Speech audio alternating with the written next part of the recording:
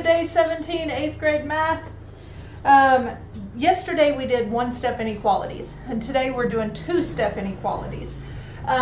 We're still going to treat these like we do equations. We're still solving to find x. The only difference is now a range of values make my equation true instead of one single value. So we're going to find out what that range of values is.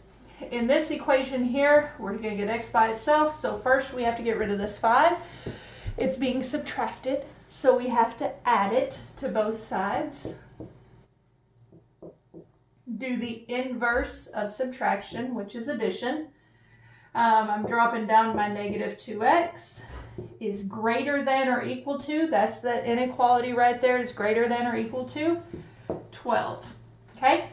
And then I'm going to divide by negative 2 to get x by itself. Now remember, with inequalities, anytime you divide by a negative, we have to switch the inequality. So I'm dividing by a negative, so I'm going to switch that inequality to a less than or equal to, and 12 divided by negative 2 is negative 6. And so that's my answer. So any x value less than or equal to negative 6 would make this inequality true. Okay, so here's another inequality. We're just going to practice this skill a couple of times.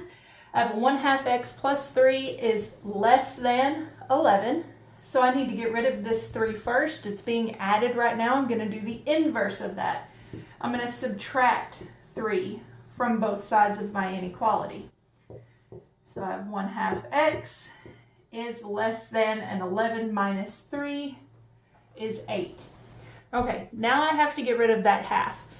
And so if you remember, if we're getting rid of fractions, I can multiply both sides by the reciprocal of this fraction.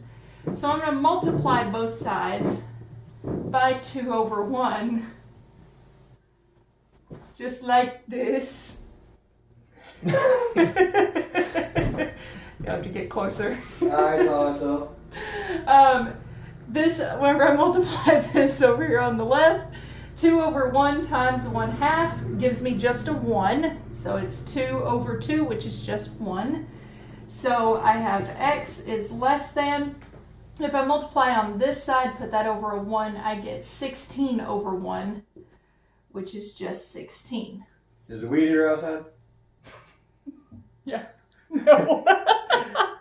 Okay, let's look at our last example. This negative 1/3 x minus 2 is greater than negative 4. I'm going to start off the same way. I'm going to get rid of this negative 2. I'm going to do the inverse of subtraction, which is addition. So I'm adding 2 to both sides. So negative 1/3 x is greater than negative 2. Okay? I'm still going to multiply by the inverse to get rid of this fraction. It has to be the negative inverse. Since this is negative, I'm going to keep my inverse fraction also negative. And this negative times this negative, that gives me a positive 3 over 3, which gives me that 1 that I'm looking for. Now, in the same way that when we divide by a negative with inequalities, we have to switch the inequality, right? It's the same way when we multiply by a negative.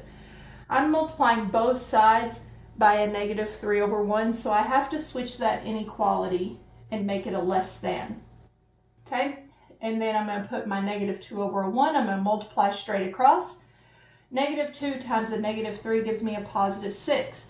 And it's over 1, so it's just a positive 6. So x has to be less than 6.